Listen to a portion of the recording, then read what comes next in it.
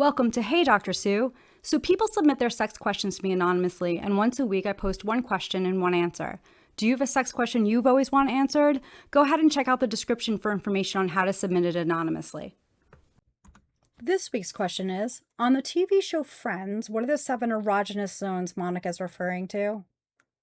I have to be honest and say that I never really watched Friends, so I found the clip on erogenous zones online.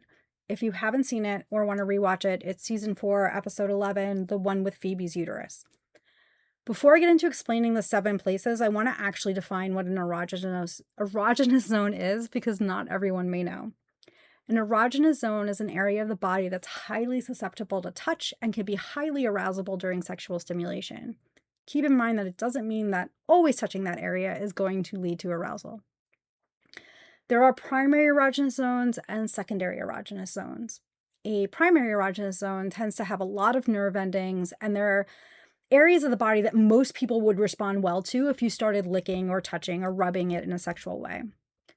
Secondary erogenous zones are not ones that are usually sexual for most people. They don't necessarily have a lot of nerve endings, but through experience, they've become pretty sexual to that person. Let me give you an example. So if your partner always stroked your wrist in a way that let you know that they were getting turned on, and they would spend a lot of time kissing, touching, or caressing it, then that wrist could become a secondary erogenous zone for you. So thanks to Reddit, which can sometimes be really helpful and sometimes really not, there's actually drawings of the human body and what they think that Monica is referring to for the erogenous zones. I'm not sure if those are all completely accurate, but some of the ones I saw were, but I wasn't also going down that rabbit hole.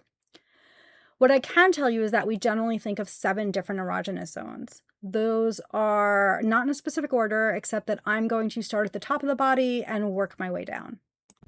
The first is the lips and the mouth. The second are the ears. And this is a great time to remind you that not everyone loves everything when it comes to erogenous zones.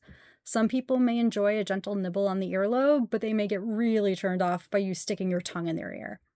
Third is the neck. Fourth is breast and nipples, and this is for people of all sexes.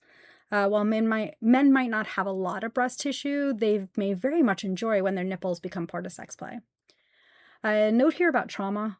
While it might technically fall into the category of erogenous zone, it might not be that for all people. If someone has had surgery on their breasts, they may have limited sensation, or they may want to avoid that area being touched at all. This is why it's really important to pay attention to how your partner is reacting to touch on different parts of their body. The fifth is the butt. Think more butt cheeks rather than touching the anus, though some people do enjoy that.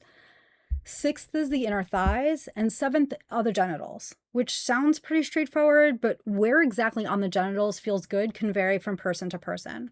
From Monica's reaction in the episode, I would think that 7 was more about the clitoris than vaginal penetration. And that's it, all 7.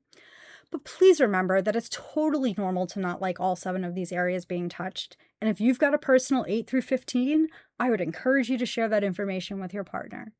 Until next time, be safe and have fun. Did you like that video? If so, make sure to like and subscribe to the channel. That way you'll know when new videos come out. Also check out the description to find out how to find me on Instagram, Medium, and Threads.